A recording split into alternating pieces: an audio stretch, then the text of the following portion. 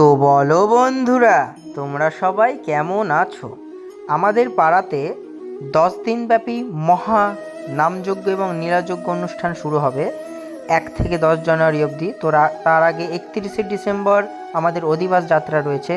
তো সেই উপলক্ষে আমাদের পাড়ার সমস্ত মহিলা সদস্যরা বেরিয়ে পড়েছে শ্রীকৃষ্ণের নাম প্রচারে। তো তোমরা দেখতে থাকো ভিডিওটা শেষ অবধি। আর আজ সন্ধ্যায় মহাভাগবত পাঠের দ্বিতীয় দিনে আজকের মহাভাগবত পাঠটি পরিবেশন করেছেন শ্রী বিজয় ঘোষ মহাশয়। তার জন্য আমরা সতত সচেষ্ট হয়ে থাকি। যে ভক্তি আমাদের ভগবানকে অত্যন্ত নিকট থেকে নিকটতর করে দেয়, ভগবানের কাছে নিয়ে যায়, তার নাম অহেতুকী ভক্তি। কোনো কামনা রহিত হয়ে যিনি নিবেদিত চিত্তে পূর্ণরূপে সমর্পণ পূর্বক ভগবানের আরাধনা করে, ভগবানের উপাসনা করে, ভগবানের কাছে আটকে ভরে প্রার্থনা করে, তিনি প্রকৃত ভক্তরূপে প্রতীয়মান হয়।